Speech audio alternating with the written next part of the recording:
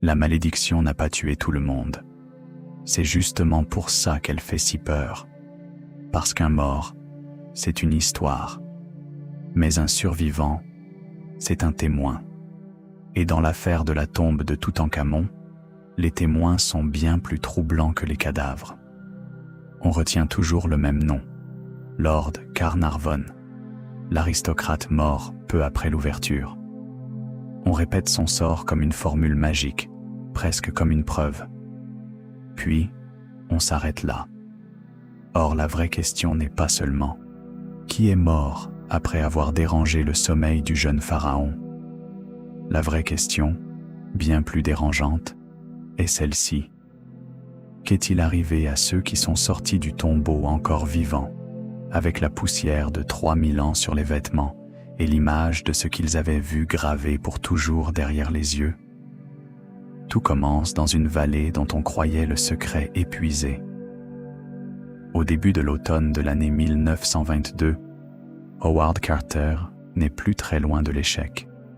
Son mécène, Lord Carnarvon, a financé des années de recherche dans la vallée des rois, et presque tout le monde pense que la partie est terminée. Plus rien à trouver, plus rien à espérer. Carter, lui, insiste pour une dernière saison. Une dernière. C'est le genre de détail que l'histoire adore. Le moment où le monde vous dit d'arrêter et où vous creusez quand même. Le 4 novembre, l'équipe, formée en grande partie d'ouvriers égyptiens, met au jour la première marche taillée dans la roche. Une marche, puis une autre, puis un escalier qui descend vers une porte scellée. La vallée qui semblait vide vient d'avaler son souffle. Carter ne se précipite pas. C'est cela qui distingue souvent l'archéologue du pillard. Le premier sait attendre, alors que tout en lui veut courir. Il fait reboucher l'accès, sécurise l'endroit, puis télégraphie à Carnarvon en Angleterre. Le message est simple, presque sec, et pourtant, il contient assez d'électricité pour faire trembler un empire. Enfin, une découverte magnifique tombe superbe aux sceaux intacts. Carnarvon arrive à Luxor le 23 novembre avec sa fille, Lady Evelyn Herbert. Quelques jours plus tard, Carter perce une petite ouverture dans la porte intérieure, approche une bougie, laisse l'air chaud s'échapper, voit la flamme vaciller, puis distingue dans la pénombre un chaos de lits funéraires, de coffres, de chars, d'or et d'ombre. On lui demande s'il voit quelque chose. Il répond avec les mots que le monde n'oubliera jamais. Des choses merveilleuses. Cette scène a été racontée 1000 fois, mais on oublie toujours ce qu'elle signifie vraiment. Ce n'est pas seulement une porte qu'on ouvre, c'est un intervalle de plus de 3 millénaires qu'on fracture d'un coup. La plupart des tombes royales égyptiennes avaient été pillées depuis l'Antiquité. Celle de Toutankhamon, elle, était restée presque intacte. Pas parfaite, non. Il existait des traces d'intrusions anciennes, mais intactes au point de livrer des milliers d'objets et de forcer Carter à passer près de 10 années à documenter, conserver et faire sortir son contenu. Ce n'était pas une fouille ordinaire. C'était une collision entre deux mondes, le nôtre, bruyant, impatient, photographique, et le leur, enseveli, rituel, préparé pour l'éternité. Puis, le récit bascule, et très vite. En avril 1923, à peine quelques semaines après l'ouverture de la chambre funéraire, Lord Carnarvon meurt au Caire. Les journaux s'emparent aussitôt de sa disparition. La mécanique est parfaite. Un tombeau antique, un aristocrate anglais, une mort soudaine, l'Égypte, la nuit, les dieux, l'Orient fantasmé. Médicalement, le tableau est moins poétique. Une piqûre de moustique infectée, une forte fièvre, une pneumonie, puis une défaillance cardio-respiratoire. Mais médiatiquement, le mal est fait. Le tombeau a parlé, dit-on. Le roi enfant s'est vengé. À partir de cet instant, la découverte archéologique la plus célèbre du XXe siècle cesse d'être seulement une découverte. Elle devient une malédiction, imprimée dans les manchettes. Et pourtant, c'est ici que le mythe commence à craquer. Car si la tombe avait vraiment frappé tous ceux qui l'avaient ouverte, l'histoire serait brève. Or, elle ne l'est pas. Une étude historique publiée dans le British Medical Journal a examiné les personnes exposées à la prétendue malédiction et n'a trouvé aucune différence significative de survie entre les exposés et les autres. Chez les 25 personnes considérées comme directement exposées, l'âge moyen au décès tournait autour de 70 ans. Autrement dit, le récit le plus populaire sur la tombe n'est pas soutenu par les chiffres. Et c'est précisément ce qui rend l'affaire plus fascinante, pas moins. Parce que si la malédiction n'a pas foudroyé les intrus, alors peut-être faut-il chercher ailleurs. Non dans la mort immédiate, dans ce que la tombe a fait à leur existence après. Prenez Howard Carter, le premier visage que l'on associe au tombeau, l'homme de la bougie, du trou percé dans le plâtre, de la phrase entrée dans la légende. Il ne meurt pas dans l'année. Il ne meurt même pas dans la décennie qui suit la découverte. Il survit jusqu'en mars 1939. Cela seul suffit à ruiner la version simpliste de la malédiction. Mais regardez sa vie après le moment de gloire. Pendant près de 10 ans, Carter ne fait presque plus qu'une chose, vivre dans l'orbite du tombeau. Trier, enregistrer, conserver, négocier, justifier, surveiller. La découverte qui aurait dû le couronner le dévore lentement. National Geographic rappelle que sa vie ultérieure fut marquée par des conflits, avec des collègues, avec les autorités égyptiennes, avec la presse. L'homme qui avait trouvé l'immortalité d'un roi se retrouva prisonnier de sa propre découverte. La tombe ne l'a pas tué d'un coup, elle l'a retenu. C'est peut-être cela, la première vérité inconfortable. Sortir vivant n'équivalait pas à s'échapper. Carter a survécu, oui. Mais à quel prix? Imaginez la scène. Vous êtes le premier à voir des objets que personne n'a regardés depuis l'âge du bronze. Vous soulevez un tissu, et dessous, ce n'est pas un simple artefact. C'est une intention funéraire, vieille, de plus de 3000 ans, préservée pour un mort qui devait renaître. Et vous, homme moderne, vous arrivez avec vos lampes, vos caisses, vos inventaires, vos règles, votre science, vos rivalités, vos journalistes. Comment revient-on à une vie normale après ça? On ne revient pas. On continue d'habiter un seuil. Carter a continué à travailler, à publier, à parler du tombeau. Mais tout le reste de sa vie paraît désormais éclairé par cette seule chambre, ouverte au mauvais moment, ou au bon, selon ce que vous croyez. Autour de lui, d'autres survivants composent un cercle étrange. Lady Evelyn Herbert, la jeune fille de 21 ans qui accompagna son père en Égypte, fut parmi les premiers témoins de l'ouverture moderne du tombeau. Elle n'a pas été emportée par une force invisible dans les jours suivants. Elle a vécu encore des décennies, jusqu'en 1980. Voilà un fait qui dérange la version sensationnaliste. La tombe ne s'est pas refermée sur elle. Mais imaginez ce que signifie porter toute une vie un souvenir pareil, et pire encore, porter ce souvenir avec un autre collé dessus, celui de son père, mort quelques mois plus tard, transformé pour l'éternité en victime emblématique d'un roi mort depuis l'Antiquité. Survivre, ici, c'est parfois être condamné à vivre dans le récit fabriqué autour d'un disparu. Arthur Callender aussi était là, figure moins célèbre, et pourtant essentielle. C'est l'un de ceux qui ont épaulé Carter au plus près du travail concret, de la protection du site à l'ouverture, dans la chaleur, la poussière, l'épuisement méthodique. Il n'a pas été frappé dans la foulée par un châtiment théâtral. Il a poursuivi son activité pendant des années.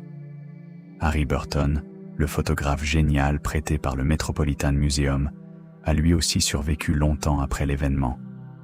Ces images sont devenues les yeux du monde. Sans lui, la tombe serait peut-être restée une légende de journaux. Grâce à lui, elle est devenue une mémoire visuelle universelle.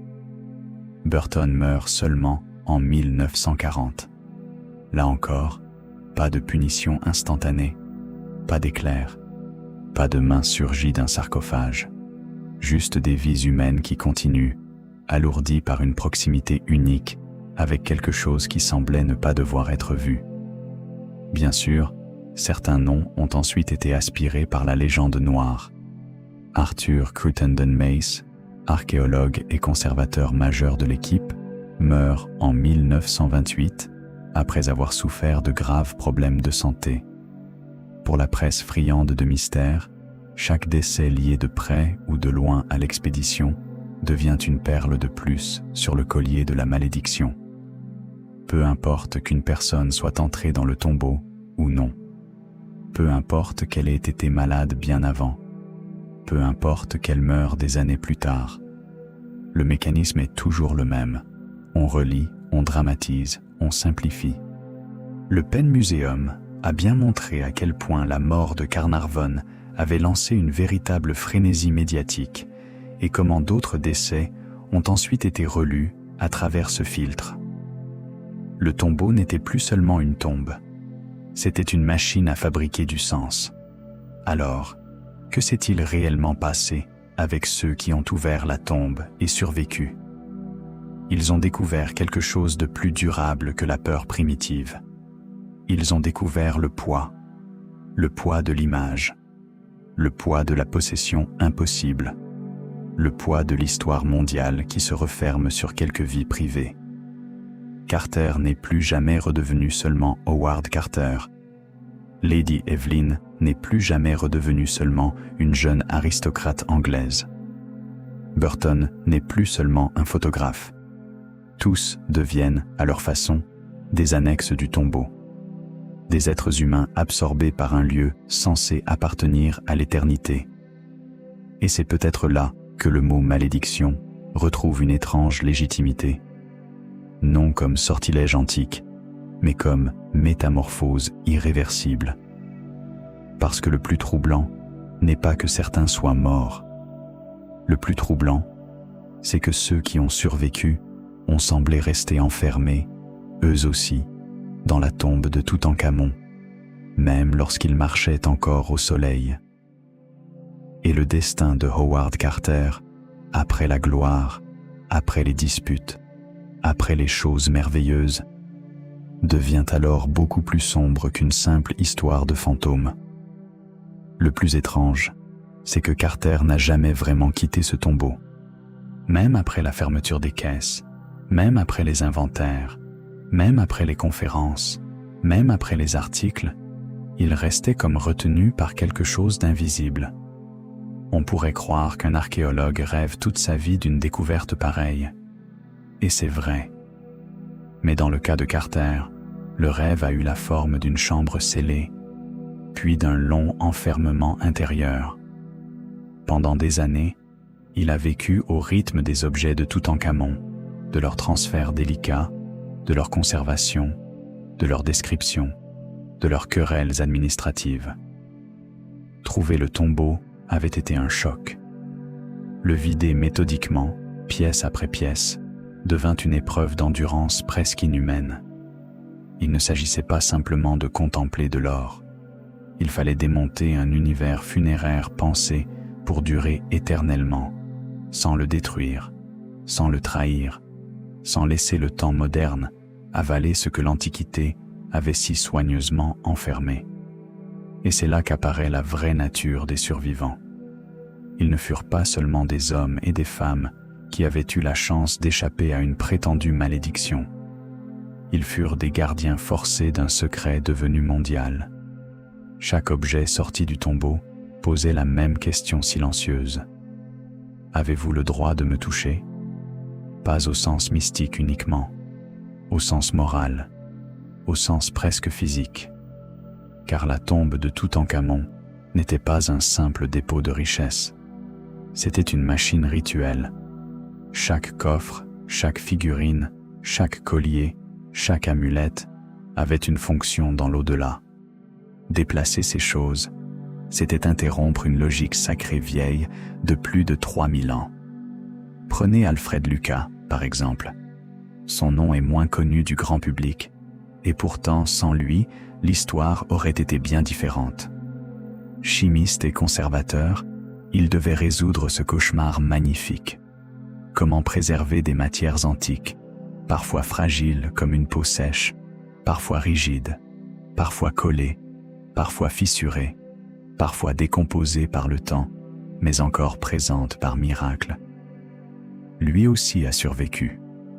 Lui aussi est resté longtemps en vie après l'ouverture. Alors non, le tombeau n'a pas foudroyé tous ceux qui s'en approchaient.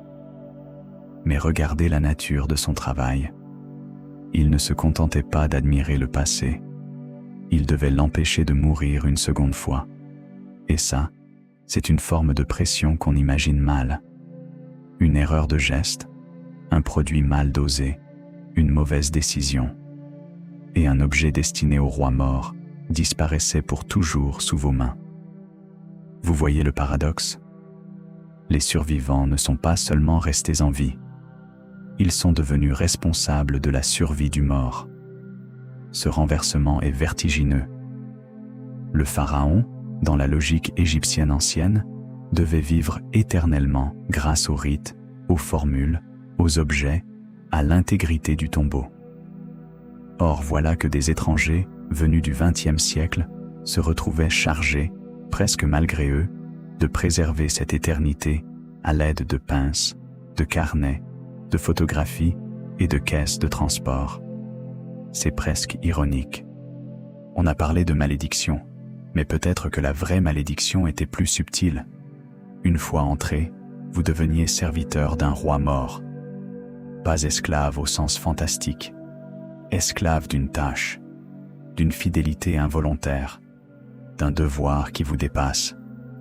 Harry Burton, avec son appareil photo, en est peut-être l'exemple le plus frappant. Ces images sont si nettes, si silencieuses, si composées, qu'on oublie parfois ce qu'elles représentent vraiment. Elles ne montrent pas seulement des trésors, elles montrent le premier regard moderne sur l'éternité égyptienne. Chaque cliché de Burton transforme l'instant fragile de la découverte en mémoire indestructible. Ce n'est pas juste de la documentation, c'est presque une deuxième momification, mais visuelle. Grâce à lui, la tombe n'a pas seulement été ouverte, elle a été fixée pour le monde entier. Et cela aussi change une vie. Après avoir photographié ce que personne n'était censé voir, que reste-t-il du reste? Que peut encore égaler une telle expérience?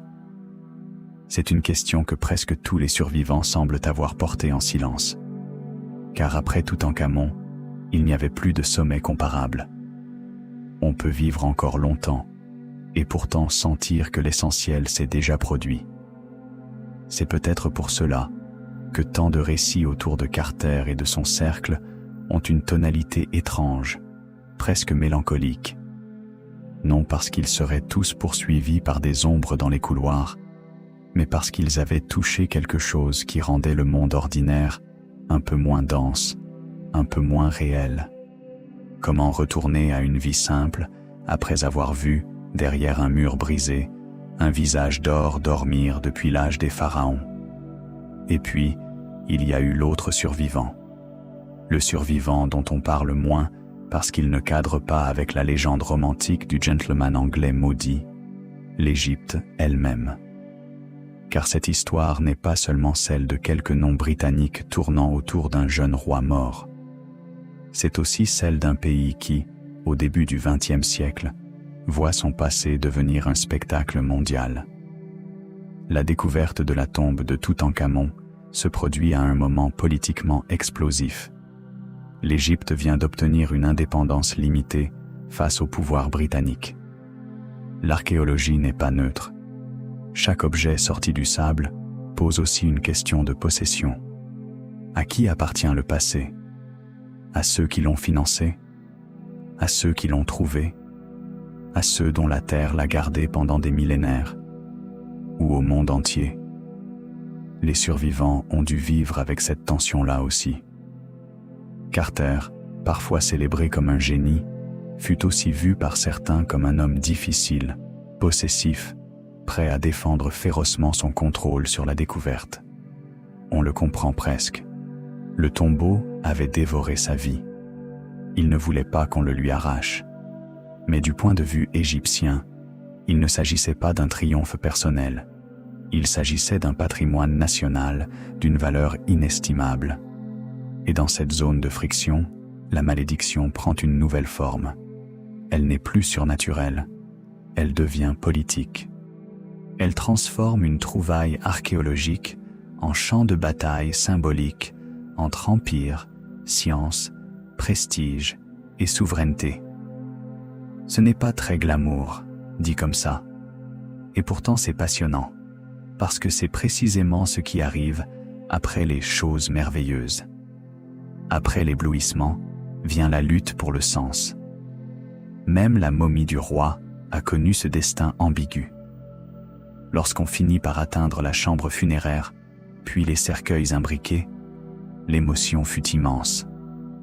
Mais elle se mêla vite à une réalité brutale. Les huiles rituelles et les résines avaient collé les matières entre elles.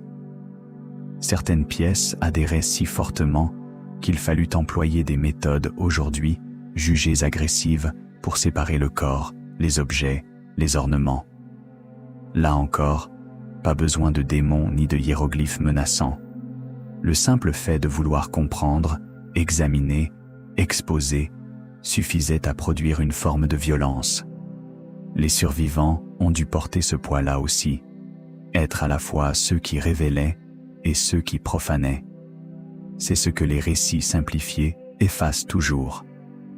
Dans les journaux populaires, on préfère l'histoire du canari de Carter, avalé par un cobra, interprété comme un signe royal. On préfère les coupures d'électricité au Caire, au moment de la mort de Carnarvon. On préfère les rumeurs d'inscriptions menaçantes parlant de mort aux profanateurs, alors qu'aucune formule spectaculaire de ce genre n'a été trouvée à l'entrée du tombeau. Le mythe adore les phrases qui claquent. L'histoire, elle, avance avec des notes de terrain, des caisses numérotées, des pièces inventoriées, des retards, des conflits, des décisions imparfaites. Et c'est précisément pour cela qu'elle est plus inquiétante. Parce qu'elle montre que des hommes ordinaires, sans pouvoirs occultes, peuvent être profondément transformés par la rencontre avec une civilisation des morts. Regardez Douglas Derry, l'anatomiste qui examina la dépouille royale. Lui aussi survécut. Lui aussi continua sa carrière. Mais il avait accompli un geste qui, dans n'importe quelle autre époque, aurait semblé impensable. Ouvrir, étudier, mesurer le corps d'un pharaon devenu presque une icône universelle. C'est là que se situe un autre vertige. La science moderne veut savoir. Elle mesure, elle décrit, elle compare. Mais les morts anciens n'avaient pas été préparés pour être connus de cette manière. Ils avaient été préparés pour durer, pour renaître, pour traverser la nuit cosmique. Le conflit entre ces deux logiques n'a jamais cessé depuis. Alors, qu'est-il arrivé à ceux qui ont survécu? Ils ont été happés par une contradiction insoluble. D'un côté, ils avaient offert à l'humanité une découverte incomparable. Sans eux, le masque, les chars, le trône, les bijoux, les sanctuaires emboîtés, tout cela serait peut-être resté enfoui ou aurait fini dispersé par des pilleurs. De l'autre, ils avaient rompu un ordre. Ils avaient brisé un isolement sacré. Ils avaient remplacé le silence d'une tombe par le bruit de la célébrité mondiale. Survivre après cela, ce n'était pas seulement continuer à respirer, c'était vivre dans un monde où votre nom resterait lié à ce geste ambigu pour toujours. Et le plus troublant, c'est que certains ont semblé l'accepter comme si c'était le prix normal. Peut-être parce qu'au fond, l'archéologie sérieuse a toujours quelque chose de tragique. Elle sauve en dérangeant, elle révèle en déplaçant, elle honore en ouvrant. Elle protège, en arrachant au contexte originel. Le tombeau de Toutankhamon a rendu cette contradiction visible à une échelle gigantesque. Voilà pourquoi les survivants nous fascinent tant. Ils ne sont ni de simples profanateurs, ni de simples héros. Ils sont des passeurs. Et les passeurs, dans presque toutes les mythologies, paient toujours un prix. Il y a aussi un détail qu'on oublie presque toujours. Les premiers témoins ne furent pas seulement des figures mondaines ou savantes. Sans les ouvriers égyptiens qui creusèrent avec patience, qui repérèrent les signes, qui dégagèrent les marches, cette histoire n'existerait pas. Pourtant, leur nom reste souvent à l'arrière-plan du récit populaire, comme si l'aventure devait absolument avoir le visage d'un lord, d'un archéologue, d'un photographe. Là encore, les survivants sont plus nombreux et plus complexes que la légende ne le dit. Et cela change tout. Car si l'on élargit le cercle, la fameuse malédiction se dissout encore davantage. Non, tous n'ont pas été frappés, mais tous ont participé, chacun à sa place, à un basculement mondial du regard sur l'Égypte ancienne. À partir de là, Toutankhamon cesse d'être un pharaon mineur pour devenir une sorte de présence planétaire. Son visage en or circule partout. Son nom, à peine connu avant la découverte, devient presque plus célèbre que celui de Ramsès pour le grand public. Et les survivants, eux, assistent à cette métamorphose incroyable. Ils ont ouvert la tombe d'un roi oublié, et ce roi les dépasse soudain tous. Il devient plus vivant qu'eux dans l'imaginaire collectif. Voilà une autre forme de destin étrange. Ceux qui ont survécu à l'ouverture ont vu le mort gagner, symboliquement, contre le temps. Toutankhamon, lui, a obtenu ce que bien des souverains rêvent encore sans l'avouer, l'immortalité de l'image. Et plus les années passaient, plus cette impression grandissait. Carter vieillissait, Burton disparaissait, d'autres membres du cercle s'éteignaient à leur tour. Mais le roi enfant, lui, semblait au contraire rajeunir dans la conscience mondiale. Son masque brillait dans les livres, dans les expositions, dans les documentaires, dans les vitrines du musée. C'est presque cruel. Ceux qui l'avaient réveillé ont fini par s'effacer, tandis que lui devenait éternel d'une manière nouvelle, non plus religieuse, mais médiatique. Alors, peut-être que la question a toujours été mal posée. Peut-être qu'il ne fallait pas demander. La tombe a-t-elle tué ceux qui l'ont ouverte? Peut-être qu'il fallait demander. Qui a vraiment survécu à qui? Parce qu'à la fin, Carnarvon meurt tôt, Carter meurt plus tard, Burton aussi, les témoins s'éloignent un à un, les polémiques se dissipent, les versions se contredisent, mais Toutankhamon demeure. Le jeune roi enterré dans la hâte, mort avant d'avoir bâti une grande légende politique, a finalement vaincu les vivants en devenant le plus célèbre d'entre eux tous.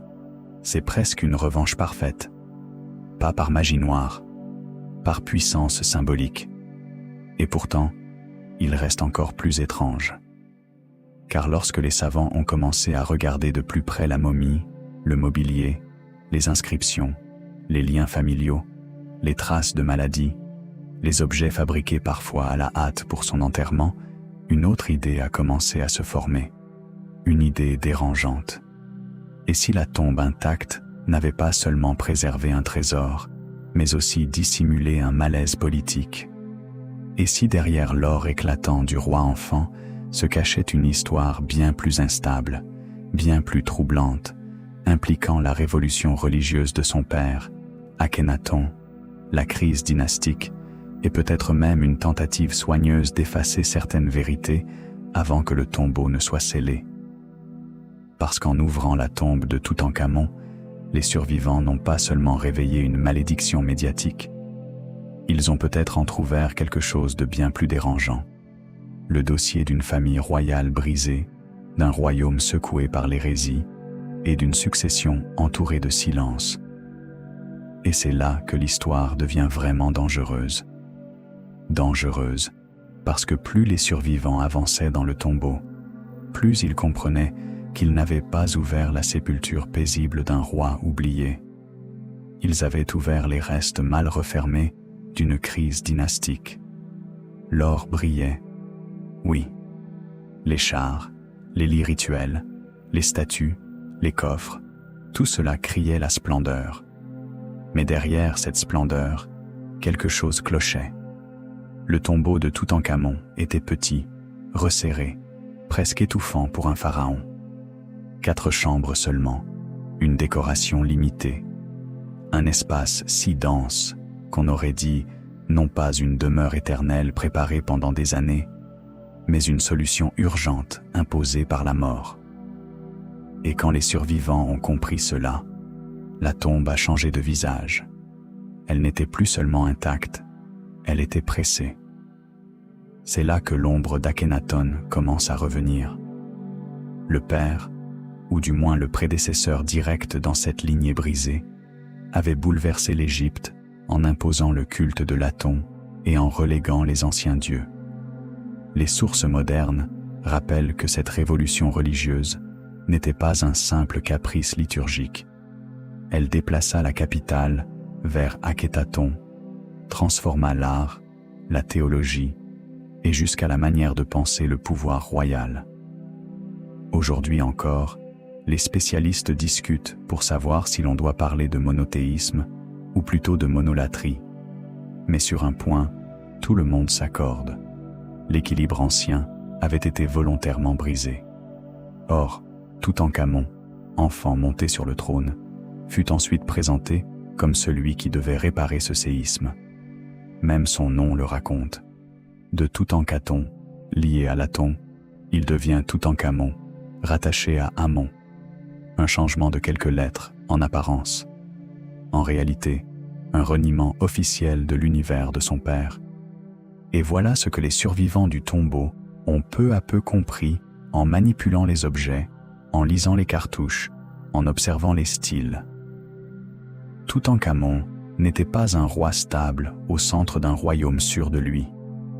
Il était un jeune souverain, assis au milieu des ruines politiques d'une expérience religieuse dont l'Égypte voulait déjà se débarrasser.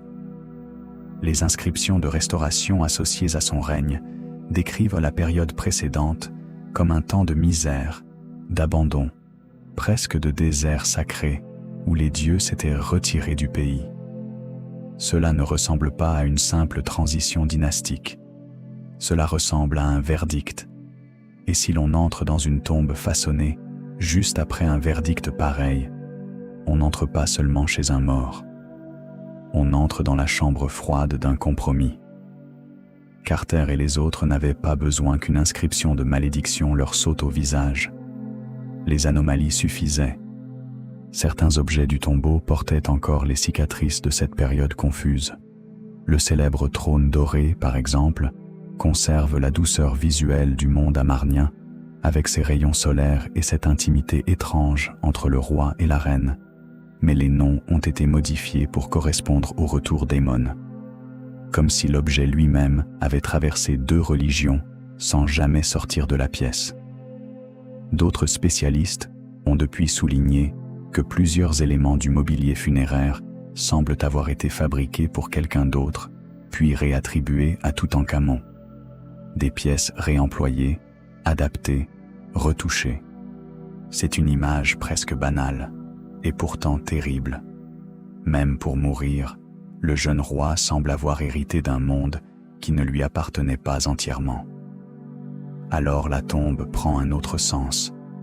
Elle n'est plus seulement un miracle archéologique, elle devient un dossier de succession. Pourquoi ce jeune pharaon, censé être roi d'Égypte, repose-t-il dans un espace si modeste par rapport à d'autres sépultures royales du Nouvel Empire? Pourquoi tant d'objets paraissent-ils compressés, empilés, intégrés à la hâte? La réponse la plus prudente reste la plus forte. Il est mort tôt, et le pouvoir a dû organiser l'inhumation rapidement. Mais derrière cette prudence se cache une autre question, plus troublante. Qui, exactement, dirigeait l'Égypte au moment de sa mort? un adolescent couronné? Ou déjà les hommes qui l'entouraient, ceux qui allaient survivre à son règne et écrire la suite? Les survivants modernes du tombeau, eux, n'ouvraient donc pas seulement la maison d'un roi, ils ouvraient la preuve matérielle qu'un enterrement peut aussi être un acte politique. Puis vient l'un des moments les plus silencieusement dévastateurs de toute l'histoire du tombeau. Au milieu des richesses, on découvre aussi 2 minuscules cercueils contenant 2 fœtus momifiés, très probablement les filles mort-nées de Toutankhamon et d'Ankhésénamon. Ce détail suffit à fissurer tout le mythe doré.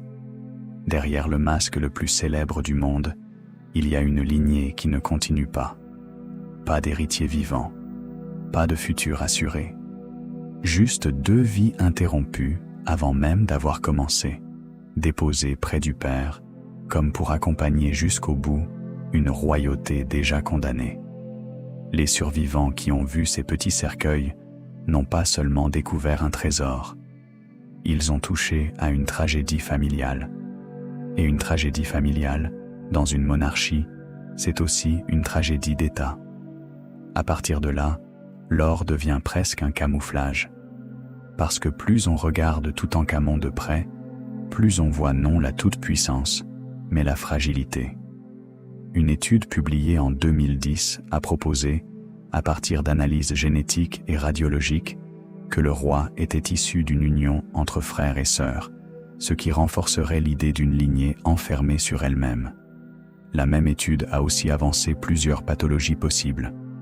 Mais même ces résultats ont été contestés par d'autres chercheurs qui ont appelé à plus de prudence sur la qualité et l'interprétation des données ADN anciennes. Et c'est fascinant, parce que cela ajoute encore une couche de brouillard. Même la science moderne, face au corps du roi, n'obtient pas une réponse simple. Le tombeau continue de produire de la certitude visuelle et de l'incertitude historique en même temps. Imaginez alors ce que cela fait à un survivant de l'expédition. Vous entrez en croyant découvrir un pharaon flamboyant. Et vous comprenez peu à peu que ce pharaon est peut-être surtout le point de couture d'une dynastie déchirée. Un jeune roi placé là pour rétablir l'ordre après l'hérésie, marié à une princesse issue elle aussi du même chaos, privée d'enfants vivants, emportée avant 20 ans, enterrée dans un tombeau trop petit, avec des objets parfois recyclés, au milieu de symboles qui portent encore les traces du monde d'Aton. C'est presque cruel. La plus grande découverte archéologique du siècle révélait, sous l'apparence du triomphe, une histoire de précarité.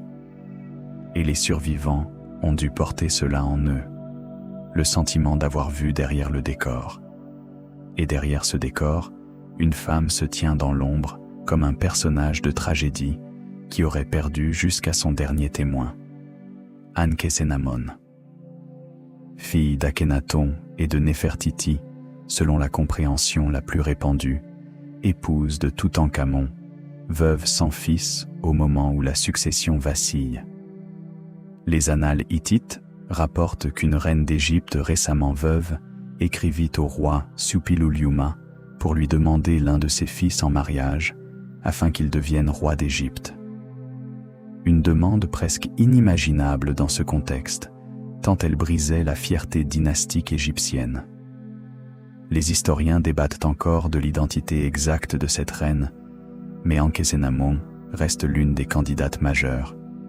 Si c'était bien elle, alors la tombe de Toutankhamon ne cache pas seulement la mort d'un roi. Elle cache aussi la panique d'une reine qui comprenait qu'autour d'elle, les hommes du palais allaient se partager le pouvoir. Et là, soudain, beaucoup de choses s'alignent.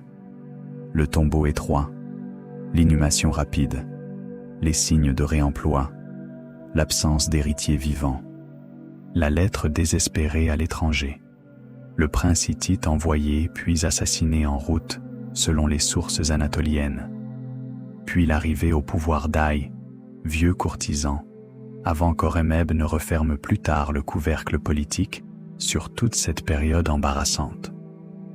Quand on regarde la séquence ainsi, Toutankhamon cesse d'être l'enfant figé dans l'or. il devient le centre d'une transition dangereuse où chacun cherchait à survivre, à légitimer sa place, à effacer ce qu'il fallait effacer. Les survivants modernes de la tombe n'ont pas seulement trouvé le passé. Ils ont trouvé un passé qui, déjà, avait tenté de se censurer lui-même. C'est peut-être pour cela que tant de gens ont voulu voir dans cette affaire une malédiction surnaturelle. Parce que la vérité historique est plus subtile, donc plus dérangeante. Une malédiction avec des serpents, des ombres et des morts soudaines, c'est confortable. On peut la raconter en une phrase. Mais une tombe qui révèle qu'un royaume a enterré à la hâte un roi adolescent pour stabiliser une crise religieuse, masquer des luttes de succession et redonner un visage orthodoxe à une dynastie brisée, voilà qui est autrement plus inquiétant. Car cela veut dire que le tombeau n'était pas seulement protégé contre les voleurs. Il était aussi, d'une certaine manière, le coffre-fort d'un récit officiel. Et les survivants de 1922 ont forcé ce coffre. Même les débats modernes sur d'éventuelles chambres cachées autour de cas fin à 62 montrent à quel point cette sépulture continue d'attirer le soupçon. En 2015, l'idée de pièces non découvertes, peut-être liées à Néfertiti, a relancé l'imaginaire mondial. Puis des scans ultérieurs ont conclu qu'il n'y avait pas de chambres adjacentes immédiatement derrière les parois du tombeau. Techniquement, la porte secrète s'est refermée. Mais symboliquement, le mal était déjà fait. Si le monde s'est si vite remis à croire qu'une autre histoire attendait derrière les murs, c'est parce que la première n'a jamais paru suffisante. Avec Toutankhamon, on a toujours l'impression qu'une vérité supplémentaire respire juste derrière la peinture. Et pourtant, le plus troublant n'est pas derrière les murs. Il est sur la dépouille elle-même. Car plus les survivants approchaient du corps du roi, plus un autre type de question se levait, plus glaçant encore. De quoi ce garçon est-il mort, au juste? Accident? Maladie? Faiblesse génétique? Coup d'état maquillé? Pendant des décennies, les théories se sont succédées, comme si la momie refusait de choisir une seule vérité. Une fracture par-ci, des cannes retrouvées dans le tombeau par-là, des hypothèses de malaria, des idées d'assassinat, puis des révisions de ces scénarios à mesure que les techniques progressaient. Et c'est là que l'histoire devient plus intime, donc plus dangereuse encore. Parce qu'à la fin, toute cette crise impériale, religieuse et dynastique se resserre sur un seul corps de jeune homme. Un corps qu'on croyait royalement préservé et qui ressemble de plus en plus à la scène d'un secret. Un secret, parce qu'un corps ment moins bien qu'un royaume. Les vivants falsifient, réécrivent, gomment des noms sur les murs, martèlent des cartouches, déplacent des statues, changent de capitale, changent même de Dieu si nécessaire. Mais un corps garde la mémoire du désordre. Il la garde dans l'os, dans la chair desséchée, dans la posture, dans les dommages, dans les absences. Et le corps de Toutankhamon, malgré tout l'or qui l'entourait, n'avait rien d'un triomphe. Il ressemblait plutôt à la dernière page d'un dossier qu'on avait tenté de refermer trop vite. C'est ce que les survivants du tombeau ont compris, chacun à leur manière, même s'ils ne l'ont pas toujours formulé ainsi. Plus ils avançaient, moins ils voyaient un conte de fées archéologiques. Plus ils s'approchaient d'un problème. Un jeune roi meurt. Un royaume fragile a besoin d'ordre. Un enterrement doit être organisé rapidement. Des objets sont réutilisés. Des symboles sont corrigés. Une mémoire officielle est reconstruite. Puis, des siècles plus tard, quelqu'un rouvre tout et découvre non pas une réponse, mais une mise en scène. Et c'est là que l'histoire devient presque insupportable, parce qu'elle nous oblige à poser une question simple. Et si la tombe n'avait jamais été conçue seulement pour honorer un mort? Et si elle avait aussi été conçue pour stabiliser les vivants? Pensez-y. Une sépulture royale n'est jamais seulement un adieu. C'est un message envoyé aux prêtres, aux courtisans, aux rivaux, aux dieux, au peuple et surtout au futur. Dans l'Égypte ancienne, enterrer un pharaon, ce n'est pas juste le déposer dans la pierre, c'est affirmer que l'ordre cosmique continue, que malgré la mort, malgré le chaos, malgré les intrigues de palais, le lien entre le trône, les dieux et le pays n'a pas été rompu. La tombe de Toutankhamon devait dire cela. Elle devait dire « Tout est rentré dans l'ordre, rien à voir ici, circulez, le royaume continue ». Mais justement, quand une tombe travaille autant pour convaincre, c'est peut-être qu'elle tente de masquer quelque chose. Le visage d'or est calme, trop calme. Les sanctuaires sont majestueux, trop majestueux pour un règne aussi bref. Les objets sont innombrables, comme si l'abondance elle-même devait étouffer les questions, comme si l'éclat pouvait suffire à empêcher qu'on regarde les coutures. Et pourtant, les coutures sont là. Elles sont partout, dans le caractère improvisé de certaines solutions funéraires, dans les objets adaptés au dernier moment, dans la petitesse relative du tombeau, dans la sensation étrange que tout cela est à la fois somptueux et précipité. Les survivants ont donc vécu avec une vérité à double fond. Officiellement, ils avaient trouvé la plus fabuleuse tombe royale jamais révélée au monde moderne. En réalité, ils avaient aussi trouvé le monument le plus célèbre de l'inconfort politique égyptien.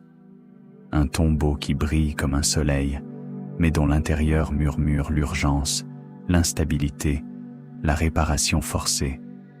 Et que fait un être humain quand il comprend qu'il a touché à quelque chose comme ça? Il n'a plus le droit à l'innocence. Howard Carter a certainement ressenti cela, même sans le dire de cette façon. On a souvent parlé de son caractère difficile, de son entêtement, de ses querelles, de son besoin de contrôle. Mais imaginez sa position. Il savait que le monde entier attendait de lui une narration simple. Le triomphe de l'archéologie, le miracle d'un tombeau intact, l'éclat d'une civilisation ressuscitée. Et lui, au milieu des caisses, des notes, des fragments, des odeurs de résine et de poussière millénaire, devait voir autre chose. Il devait voir le désordre sous la beauté. Il devait voir que l'Égypte ancienne, ici, n'était pas un musée. C'était une scène de crise figée en or. C'est peut-être pour cela que la découverte de Toutankhamon n'a jamais cessé d'engendrer des théories. Pas parce que le public adore les mystères, bien sûr qu'il les adore, mais parce que la tombe elle-même appelle le soupçon. Elle est trop parfaite pour être simple, et trop imparfaite pour être purement parfaite. C'est exactement le type d'objet historique qui aimante les questions. Chaque fois qu'on croit l'avoir comprise, un détail se met à grincer. Alors certains cherchent le secret dans des chambres cachées, d'autres dans les radiographies, d'autres dans les généalogies, d'autres dans la politique religieuse, d'autres encore dans les rapports entre Haï, Horemheb, Ankhésénamon et la mémoire d'Akhénaton. Et tous reviennent, tôt ou tard, à la même sensation. Quelque chose, dans cette histoire, a été arrangé avant même d'être enseveli. C'est ce qui rend les survivants si fascinants. Ils n'ont pas seulement survécu à une ouverture de tombe, ils ont survécu à la rencontre avec un mensonge ancien. Pas un mensonge absolu, plutôt un récit officiel, poli, doré, ritualisé, construit pour tenir debout assez longtemps jusqu'à ce que le sable prenne le relais. Mais le sable n'efface pas tout. Il conserve aussi les tensions. Et c'est ici qu'apparaît peut-être l'ironie la plus belle de toute cette affaire. Le système qui avait voulu refermer la crise a finalement produit, malgré lui, la plus célèbre énigme du XXe siècle. Le jeune roi qu'on avait sans doute enterré pour tourner une page est devenu, 3000 ans plus tard, celui qui force le monde à relire cette page encore et encore, comme si l'histoire, parfois, se vengeait de ceux qui veulent la nettoyer trop vite. Toutankhamon n'a jamais été un grand conquérant. Il n'a pas laissé derrière lui l'aura militaire d'un Ramsès, ni la monumentalité d'un bâtisseur démesuré, ni la longévité politique d'un souverain installé pour des décennies. Et pourtant, il a obtenu autre chose, quelque chose d'encore plus rare. Il est devenu le visage de l'énigme elle-même. Voilà peut-être ce qui est arrivé, au fond, à ceux qui ont ouvert la tombe et sont restés vivants. Ils ont cessé d'être les héros de l'histoire. Ils sont devenus les témoins d'un mort plus fort qu'eux. C'est presque cruel, mais c'est vrai. Carter est célèbre, oui. Carnarvon aussi, par ricochet tragique. Burton, Lucas, Mace, Lady Evelyn, tous ont leur place dans les marges brillantes du récit. Mais au centre, à la fin, il n'y a qu'un seul survivant véritable. Le roi, le garçon mort trop tôt, le pharaon d'apparence secondaire, celui dont la vie fut brève, le pouvoir probablement encadré, la tombe modeste par comparaison, la succession incertaine. C'est lui qui gagne tout. Le temps, la mémoire, l'image, la fascination, l'éternité populaire. Peut-être que c'est cela, la véritable malédiction. Non pas mourir après avoir touché le tombeau, mais comprendre que vous avez travaillé, souffert, vieilli, tout cela pour redonner aux morts une puissance que la vie vous refusera toujours. Parce qu'après avoir vu le masque, après avoir touché les cercueils, après avoir traversé les sanctuaires imbriqués jusqu'au sarcophage, que reste-t-il pour les vivants? Ils rentrent dans leurs autels, dans leurs lettres, dans leurs maladies, dans leur vieillesse. Le roi, lui, continue de rayonner. Son visage ne vieillit plus. Ses yeux ne se fatiguent plus. Sa légende ne s'use pas, elle se recharge à chaque génération. Et plus on avance dans le temps, plus cette victoire silencieuse devient évidente. Les expositions attirent les foules. Les documentaires reviennent sans cesse. Les livres se succèdent. Les théories aussi. Chaque époque projette sur Toutankhamon ses propres obsessions. L'Empire et la possession au début du XXe siècle, la malédiction et le sensationnalisme dans les journaux, puis la médecine légale, la génétique, la politique de la mémoire, les débats sur la restitution, la souveraineté culturelle, la conservation numérique, la mise en scène muséale. Tout change autour de lui, et pourtant lui demeure au centre, intact dans son rôle de miroir. C'est peut-être ce que les survivants ont compris trop tard. Ils croyaient ouvrir un tombeau. En réalité, ils ouvraient une question sans fin. Qui était réellement ce jeune roi? Que savait sa cour au moment de sa mort? Qui a organisé l'enterrement? Et avec quelle urgence? Qu'a-t-on réutilisé, modifié, corrigé? Qu'a-t-on voulu faire oublier? Et surtout, pourquoi l'oublié le plus célèbre de l'histoire continue-t-il à nous regarder avec autant de force? On pourrait répondre par des données, des objets, des contextes, des rapports scientifiques. Et il faut le faire. Les faits comptent. Ils sont le garde-fou contre les fantaisies faciles. Mais les faits, ici, ne suffisent jamais à faire taire l'impression plus profonde. Cette impression que la tombe de Toutankhamon n'est pas seulement une archive. C'est un piège à regard, une machine conçue par les anciens pour conduire l'âme d'un roi dans l'au-delà, puis transformée par les modernes en machine à capturer l'attention du monde entier. Voilà pourquoi ceux qui ont survécu ne sont pas revenus indemnes, même quand ils ont vécu longtemps. On peut échapper à une infection, on peut démentir une malédiction, on peut survivre à la chaleur, à l'épuisement, aux polémiques. Mais on ne sort pas intact d'un face-à-face avec l'éternité mise en boîte. Et le plus étrange, c'est que cette histoire ne concerne pas seulement l'Égypte ancienne. Elle nous concerne nous. Parce que qu'est-ce qu'on voit, au fond, dans ce tombeau? Un royaume qui veut croire que l'ordre peut être restauré par l'image, par le rite, par la beauté, par la mise en scène du pouvoir. 3000 ans plus tard, nous faisons souvent la même chose. Nous emballons nos peurs dans de belles narrations. Nous cachons nos fractures derrière des façades impeccables. Nous appelons cela communication, prestige, mémoire, récit national, parfois même vérité. La tombe de Toutankhamon nous fascine peut-être autant parce qu'elle révèle quelque chose d'ancien que parce qu'elle révèle quelque chose d'éternellement humain. Nous enterrons tous nos crises sous de l'or, à notre manière, et parfois, des siècles plus tard, quelqu'un vient soulever le couvercle. Alors qu'est-il arrivé à ceux qui ont ouvert la tombe de Toutankhamon et survécu? Ils ont porté un fardeau que les morts laissent parfois aux vivants, celui de regarder sans pouvoir refermer tout à fait. Ils ont vu le triomphe, puis la fragilité derrière le triomphe. Ils ont vu la gloire, puis le bricolage derrière la gloire. Ils ont vu un roi, puis le système qui avait besoin que ce roi signifie davantage mort que vivant. Ils ont compris, peut-être confusément, qu'ils n'avaient pas seulement trouvé un pharaon. Ils avaient trouvé la cicatrice d'une dynastie. Et à partir de là, plus rien ne pouvait redevenir simple. Le sable était censé protéger le silence. Il a protégé la question. Les murs étaient censés fermer un monde. Ils ont enfermé une énigme. Le masque était censé préserver un visage. Il a créé une légende.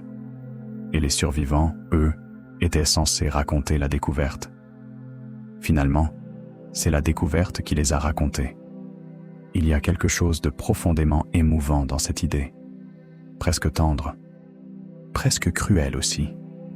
Parce que cela signifie que les êtres humains passent, mais que certaines images choisissent leurs témoins. Carter n'a pas choisi de devenir l'homme des choses merveilleuses pour l'éternité. Lady Evelyn n'a pas choisi d'entrer dans une histoire plus vaste que son nom. Burton n'a pas choisi que ses photographies deviennent les yeux du monde sur l'au-delà égyptien. Ils ont fait leur part, puis le tombeau a fait le reste. Et nous, aujourd'hui, qu'est-ce qu'on en fait? Peut-être simplement ceci. On résiste aux versions trop faciles. Ni malédiction de foire, ni conte colonial simplifié, ni fable dorée pour vitrine de musée. La tombe de Toutankhamon mérite mieux. Elle mérite qu'on accepte sa complexité, qu'on accepte qu'elle soit à la fois un miracle de conservation, un événement médiatique mondial, un objet politique, une énigme dynastique, une tragédie familiale et un miroir tendu à notre obsession de percer ce qui nous précède. Car au fond, c'est peut-être cela qui nous attire depuis le début. Pas l'or, pas même la mort. Ce qui nous attire, c'est le moment où une civilisation enterrée nous rappelle que tout pouvoir, même sacré, laisse derrière lui des fissures, et que parfois, ces fissures survivent mieux que les empires. Alors la prochaine fois que vous verrez le masque de Toutankhamon, essayez de ne pas regarder seulement la beauté. Regardez le silence qu'il recouvre. Regardez la jeunesse arrêtée trop tôt. Regardez le royaume qui a voulu réparer un désastre en fabriquant de l'éternité. Regardez les mains modernes qui ont rouvert tout cela, avec leurs lampes, leurs outils, leurs hésitations, leurs erreurs, leur émerveillement. Et posez-vous cette question étrange. Qui observait qui, ce jour-là, dans l'obscurité du tombeau? Les vivants contemplaient-ils le mort? Ou le mort, depuis 3000 ans de patience, attendait-il simplement que les vivants viennent enfin lui rendre ce qu'ils lui avaient pris, l'attention du monde? C'est peut-être pour ça que cette histoire ne s'éteint jamais, parce qu'elle ne parle pas seulement d'un roi enfant. Elle parle du pacte impossible entre mémoire et oubli, de notre besoin de fouiller le passé pour comprendre le présent, et du prix qu'on paie quand, derrière une porte murée, on trouve non pas des réponses définitives, mais quelque chose de plus dangereux encore. Une vérité assez belle pour nous attirer et assez incomplète pour ne jamais nous lâcher. Merci d'avoir regardé jusqu'au bout. Si cette histoire vous a captivé, dites-moi en commentaire ce que vous pensez vraiment de la tombe de Toutankhamon.